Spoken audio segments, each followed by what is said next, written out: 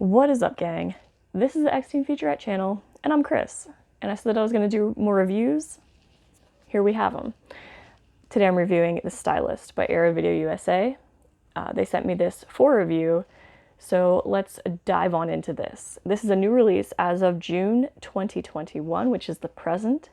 And this is a 2020 release. So this was last year's movie. This is based on a 2016 short story of the same name, The Stylist, and the director is Jill Gevargizian. Jill Gevargizian.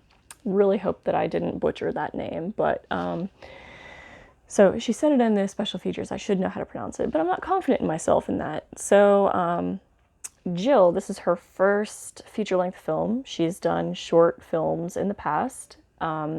I believe 2 of which are special features on here, including The Stylist. So if you pick up this Era Video release, you get to watch the feature-length film and the short film, the short film, which is pretty cool. You get to see the differences between the two, which I did.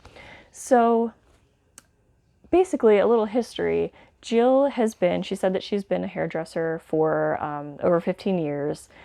And little known fact about X-Teen Featurette is that I'm not a hairdresser. I'm an accountant and economist, but before that, in a previous life, I was training to be a hairdresser. I'm not a beauty school dropout, but I actually completed it. So I saw this and I was immediately like, I have to check that out and see what's going on. So Jill said that she was basically just like, hey, there's no movies about hairdresser killers, and I don't know of any. So I guess that's where the premise for this came from. So no big spoilers here, but the main character is a hairstylist named Claire, and from the very get-go, you know, we learned that she's pretty messed up, and I immediately I was reminded of The Gruesome Twosome, which is another Arrow video release. I actually have a review video of that on my channel. But it is a lot of similarities. The director said that she was influenced a lot by Leatherface, so you definitely get a little bit of that in the character Claire. And also the movie May, I was reminded of a few times, which is a Lucky McKee film. They both have very strong female leads. Actually, this movie is mostly comprised of women, which is something you don't really see a lot in horror. So that was very interesting and very noteworthy. Another one of the first things I saw in the opening sequence, who did these special effects and sound effects. They were amazing. They were honestly disgusting. Especially the sound effects. Like whoever did, you know, the Foley on that, just repulsive. Very, very good. But another thing that's really cool about this movie is that, you know, Claire is the killer, and it follows her around. So she is like the main character. We're following the killer, and we're seeing things through her eyes, which is another thing that reminded me of May. You know, we have a strong female lead, and it's following her. So I really don't want to divulge too much about the plot, but I can just say that for every scene, it's a very stylistic movie. It's very, pun intended, it's very artistic. The cinematography is beautiful, and the lighting is beautiful, and there's an original score for this movie, which is actually included. There's a separate CD to the score, which is included in the Arrow release. The music was beautiful. The locations were just like really, really cool. It just had a really cool feel. The movie had a good feel to it. It was very artistic, and it was I would say it's a slow burn, but it was very intense and suspenseful. There was a huge element of suspense because, like, Claire is obviously an unhinged person. She's killing people, but her character is like pretty deep. Like, you're always trying to figure out what it is that she's thinking. She's, you know, you don't really know what she's thinking. You don't know when she's going to like fly off the handle, or when she's going to be perfectly normal. That's another thing. I was looking at this and I was like, I can't picture Claire, like I can and I can't, like picture Claire as a hairstylist because, you know, typically, I guess it would be like me as a hairstylist in some way because I don't like, you know, talking to people that much. Yeah, I'll listen. I'm a good listener, but I don't really like divulging a lot of information to people like you kind of have to do whenever you're a hairstylist. But Claire's more reserved and she just lets people talk to her and she takes it all in. There's a couple lines that she comes back to. Guess we all want what we can't have. Like, you know, just like little themes that there are to the movie. Very cool. Like, there's a lot of themes to the movie. And I will also say that the ending of the movie did not disappoint me at all. It was pretty much the perfect ending to this movie. So while I was watching this with my husband, he kept saying, "Is this in Canada? Is this in Canada?" And I was like, "It looks like Canada to me. It looks like, you know," it just had an interesting like small town vibe. And I know that there's Canada's not only small towns, but it just looked like Canada. But it turns out it was from Kansas City. Which I would have never guessed. You know, I always like to stick around to the credits and see what locations are thanked and credited. And I started like looking up like the club and the coffee shop and the church in this movie was beautiful. And I was like, wow, these places are really cool. And then I dove into the special features on the release. And one of the special features, and actually I'll get into this more, but so we have, this is a 2-disc set. Obviously there's a beautiful slip to it, but so we have the soundtrack CD collection, high-def Blu-ray presentation, blah, blah, blah, blah, subtitles, reversible sleeve. So so there's new artwork for it. There's a double-sided poster. So there's a double-sided fold-out poster.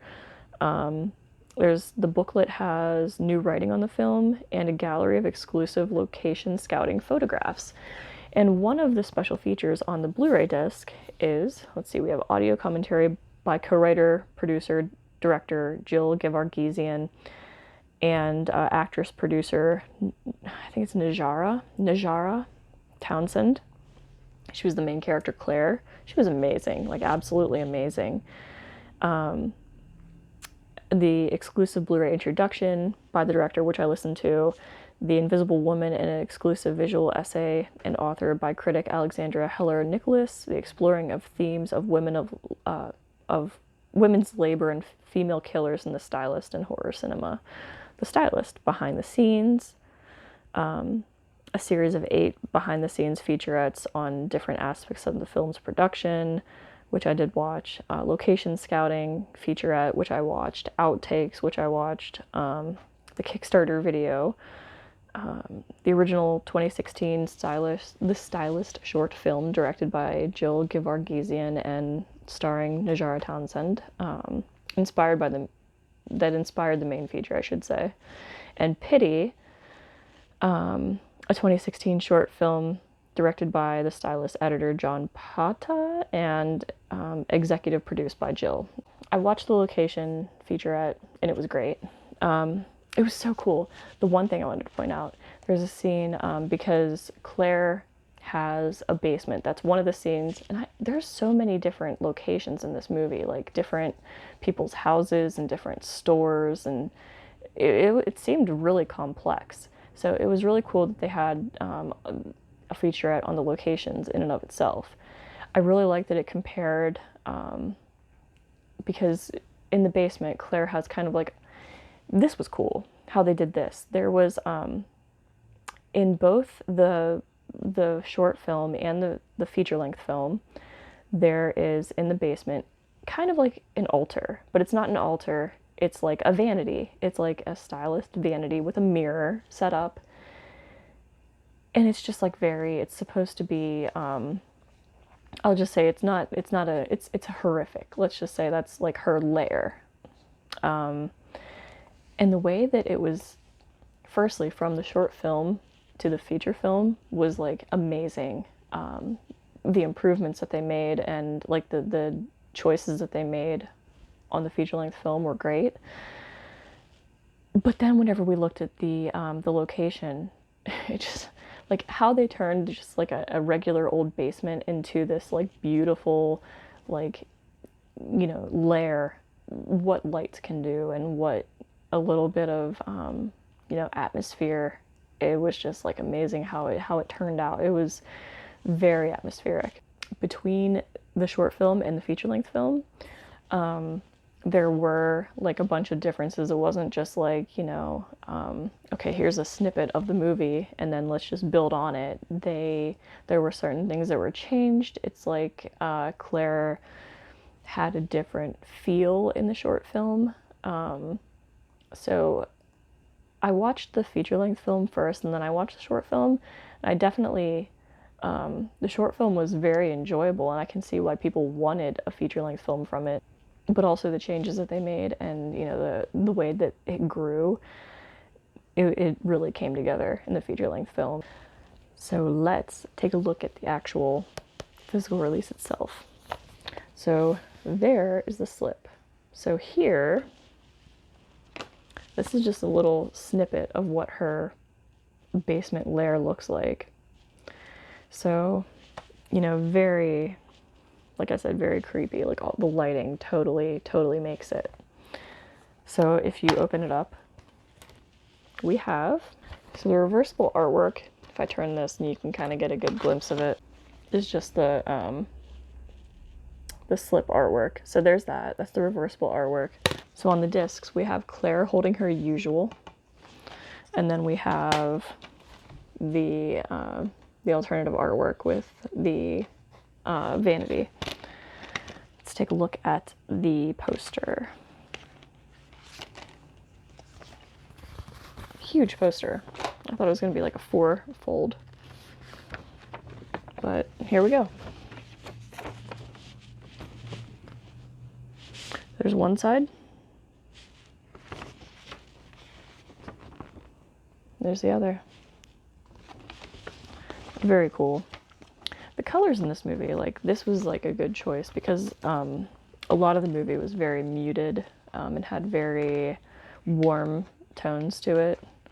And so was Claire's wardrobe. Like, she had very vibrant red hair and she wore a lot of yellows and earthy tones, like mustard colors and stuff. So that color scheme was like a really good choice. A little advert here, and then the booklet. So pretty cool. I really like this. There's the director, and there's one of the other main characters, Olivia. So there's the contents.